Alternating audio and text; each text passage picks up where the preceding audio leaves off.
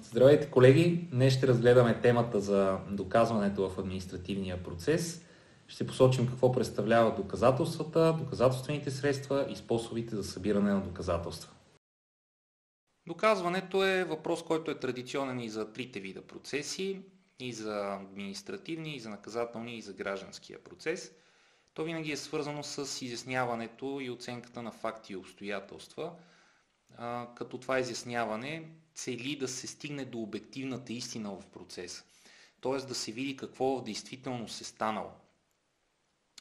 Чрез доказването, чрез пълноценно извършеното, законосъобразно извършеното доказване, ние може да гарантираме, че крайният постановен акт, дали той ще бъде на административен орган или на съдебен орган, ще бъде съобразен с действително случилото се. Тук е добре да направим разликата между фактите и обстоятелствата. Факта е нещо, което се е случило или съществува. Някои факти не подлежат на доказване, защото те са ноторно известни. Например, такъв е факта, че слънцето свети или пък, че водата приема формата на съда, в който се поставя. Няма съмнение, че това е така. Това се знае от абсолютно всеки правен субект или би трябвало да се знае от абсолютно всеки правен субект. Обстоятелството, от друга страна, представлява явление, което обгражда друго явление. То обуславя проявяването на другото явление. Като пример може да посочим, че в лицето на Георги Иванов правоприлагащите органи се сблъсквали с постоянен нарушител на правилото, че дървета за огрев от горите могат да се отсичат само по надлежния законов ред. Затова свидетелства обстоятелството, че на Иванов са съставени наказателни постановления многократно през 2020, 2019, 2018 и 2017 година. Обстоятелството, от друга страна, представлява явление, което обгражда друго явление. То обуславя проявяването на другото явление. Като пример може да посочим, че в лицето на Георги Иванов правоприлагащите органи се сблъсквали с постоянен нарушител на правилото, че дървета за огрев от горите могат да се отсичат само по надлежния законов ред. Затова свидетелства обстоятелството, че на Иванов са съставени наказателни постановления многократно през 2020, 2019, 2018 и 2017 година. Продължаваме към определение за доказателство. Широко използвано определение е това на академик Стефан Павлов, което се съдържа в неговия учебник по наказателен процес. Там той посочва, че доказателствата са факти от обективната действителност, които съществуват вън и независимо от съзнанието на лицата, участващи в процеса. Тоест, наличието или липсата на тези факти от обективната действителност не може да бъде свързано с обективната преценка на лицата, които участват в процеса. Тези факти съществуват поради обективни причини и те са различни за всеки конкретен случай. Като разбира се, едни ще са фактите, които ще бъдат търсени и доказвани в рамките на процеса по Закона за административните нарушения и наказания, други ще бъдат по административно-процесуалния кодекс. Като цяло видовете доказателства са типични отново както за административния, така и за наказателния и за гражданския процес. Първата и може би разпространена класификация е на преки и косвени доказателства. Като при преките доказателства връзката им с фактите и обстоятелствата, подлежащи на доказване, е пряка. При косвените доказателства връзката с подлежащите на доказване факти и обстоятелства не е пряка. Като пример за това най-често се дават свидетелските показания, защото свидетелят интерпретира фактите и обстоятелствата, подлежащи на доказване, все пак от гледна точка на начина, по който той ги е възприел, от субективния начин, по който той ги е възприел, който зависи от особеностите на психиката на конкретния субект, способността му да се концентрира в момента на извършване, да кажем, на административното нарушение и пълноценно да възприеме всички детайли, които са му станали по принцип известни. И също така да може да възпроизведе това, което му е станало известно. При първичните и производните доказателства вече разглеждаме източника, от който те проистичат. При първичните източници те проистичат директно първично от конкретния източник. При производните, за разлика от първичните, връзката им с източника е производна. Различна ще бъде тежестта, с която ще се ползват показанията на свидетел-очевидец и на свидетел, който е възприел данните, да кажем, за извършено нарушение от друг свидетел, който е бил очевидец. Значи свидетелят, който е бил очевидец, е имал възможност да се запознае с пълната характеристика на нарушението.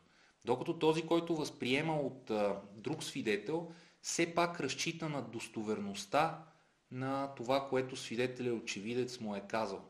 И не е сигурно, че може достатъчно добре да разбере това, което му се казва от свидетеля очевидец, и също така, че може да го възпроизведе достатъчно добре. По принцип, следва да се дава предимство на свидетелите очевидци, когато трябва да се докаже наличието на административно нарушение. Естествено, би могло да се разчита единствено на свидетели, които не са пряко възприели обстоятелствата по извършено административно нарушение, но само когато, например, съда като ръководно решаващ орган може да направи единствения обоснован и категоричен извод от показанията на тези свидетели неочевидци, че в действителност административното нарушение е било извършено по начина, по който те го представят, и също така другите доказателства, извън свидетелските показания, потвърждават това, което е казано от тези свидетели неочевидци. Също много съществена класификация на доказателствата е на веществени и невеществени, като разбира се ги разделяме в зависимост от това дали носителят им е вещ. Веществените доказателства представляват вещ, която има значение за доказването в административния процес. Това може да бъде самия административен акт, когато той интересува ръководно решаващия орган, съда или административния орган, като вещ, с неговите характеристики на вещ. Някои доказателства установяват наличието на даден факт. Например, свидетел-очевидец може да твърди, че нарушителя е бил на място на извършването на нарушението в конкретния ден и конкретния час, а пък при отрицателните доказателства същите тези свидетели-очевидци могат да твърдят, че нарушителя не е бил там, т.е. незаконосъобразно спрямо него е била ангажирана административно-наказателна отговорност. Сега отново в връзка с веществените и невеществените доказателства, тук има и едно малко по-конкретно разграничение, което се прави между лични и веществени доказателства. При личните доказателства носителят им е лице. Това, например, е свидетеля, който дава свидетелските показания. При веществените доказателства, отново повтаряме, носителят им е вещ. Преминаваме към доказателствените средства, които представляват източници на сведения за подлежащите на доказване факти и обстоятелства. Тоест, тук се интересуваме не от доказателството, което представлява факта или обстоятелството извън съзнанието на лицето, а се интересуваме от това къде се съдържа доказателството, какъв е неговия източник. В административния процес се приемат различни източници, обяснения, също така писмени декларации, документи, предмети и сведения. Така че е много важно, когато правиме разграничението между доказателство и доказателствено средство, да търсиме в какъв смисъл те интересуват органа, който е компетентен да постанови крайния акт. Защото записът може да бъде диска, който съдържа записа, е доказателствено средство. Може да бъде доказателствено средство в даден случай, когато ни интересува записа, съдържащ се в диска като доказателство. Но диска може да бъде също така доказателство, когато той ни интересува като вещ. Конкретният диск с конкретната марка и с конкретно написаното върху него с маркер, например заглавие. Много важни за административния процес са способите за доказване, които са оглед, експертиза, претърсване, разпит и други. За тях като цяло важат правилата, които важат и в наказателния процес, като при огледа на първо място ние правиме проучване, благодарение на което разкриваме и закрепваме фактите и обстоятелствата, които ни интересуват. Най-често огледи се правят в административно-наказателния процес по Закона за административните нарушения и наказания, като такива огледи могат да са на местност, на предмети, да кажем, например, на строеж, който се предполага, че е бил незаконно изграден и следва да бъде приложена принудителна административна мярка събаряне на този строеж. Може да бъде направен оглед в гора, където се предполага, че дадено лице е извършило незаконна сеч, да се опише местността, където липсват дърветата. И всички действия по огледа следва да бъдат закрепени в протокол, който трябва да бъде надлежно описан, да е съобразен с изискванията на закона, да дава пълна, ясна и точна информация за стъпките, по които е извършен огледа и да може да бъде ползван от ръководно решаващия орган, когато той постановява своя акт. Защото ръководно решаващия орган не е бил на мястото, където е извършен огледа и трябва от протокола да може да се запознае в детайли с съдържанието на това, което се е случило. Ако протокола за оглед е прекалено кратък, ръководно решаващия орган няма да може да възприеме всички факти и обстоятелства по неговото извършване и съответно не би могъл да се произнесе законосъобразно. Нататък продължаваме с експертизата. В наказателно-процесуалния кодекс е определено, че експертите, вещите лица, са лица с специални познания в науката, в областта на науката, изкуството и техниката. Те са специално назначени на тази длъжност, те са вписани в нарочен регистър и тяхното участие в процеса е необходимо тогава, когато, за да се изяснат дадени факти и обстоятелства, са необходими специализирани познания в дадена област. Това е така, защото съдът не би могъл да бъде компетентен във всички области на обществения живот. Съдът постановява съдебни актове, той създава решения, като трудно би могъл да бъде компетентен в области като физика, химия, медицина и така нататък.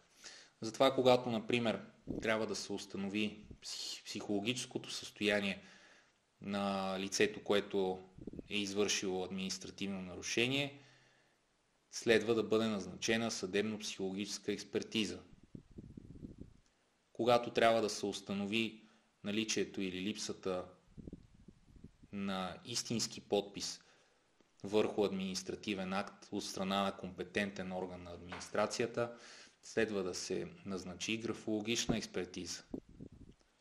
Когато, както казахме за незаконната сеч, може да се направи експертиза на дървесни видове, за да се установи в научни граници, кога те са били изсечени и така нататък. Тоест, на първо място, трябва да имаме области, в които решаващия орган не е компетентен и в които следва да бъдат приложени специализирани познания. И на второ място трябва да имаме лице, което е компетентно да извърши това изследване. Да бъде назначено с надлежен акт и да представи своето заключение в срок. Експертизите не са задължителни за ръководно решаващия орган, той може да прецени да не се съобрази с заключението на вещото лице, може да прецени, че експертизата не е извършена в необходимата степен от компетентно лице, може да прецени, че експертизата не е достатъчно пълна, да се назначи повторна експертиза, да се назначи допълнителна експертиза и така нататък. И продължаваме с последния способ за събиране на доказателства. Това е претърсването.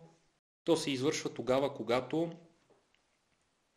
можем да предполагаме, че определени предмети се намират в помещения или местности и тези предмети, които се намират на тези места, имат важно значение за случая.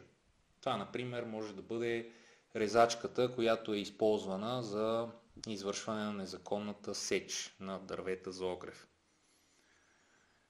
Когато, разбира се, извършената незаконна сеч е с такава степен на обществена опасност, че деянието да бъде квалифицирано като административно нарушение, а не като престъпление.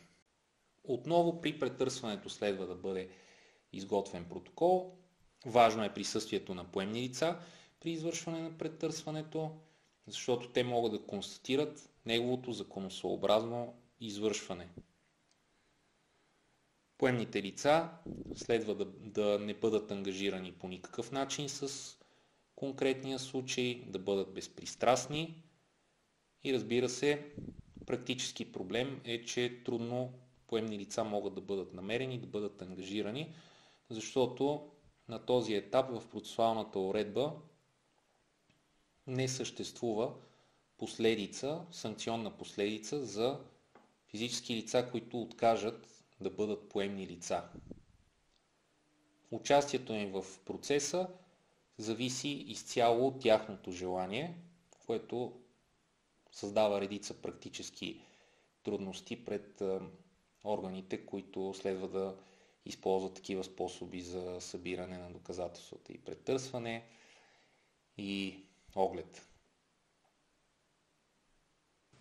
Това беше за днес, колеги. Ако имате въпроси, пишете коментари по видеото. За да получавате известия за нови качени видеа, абонирайте се и ще се видим следващия път.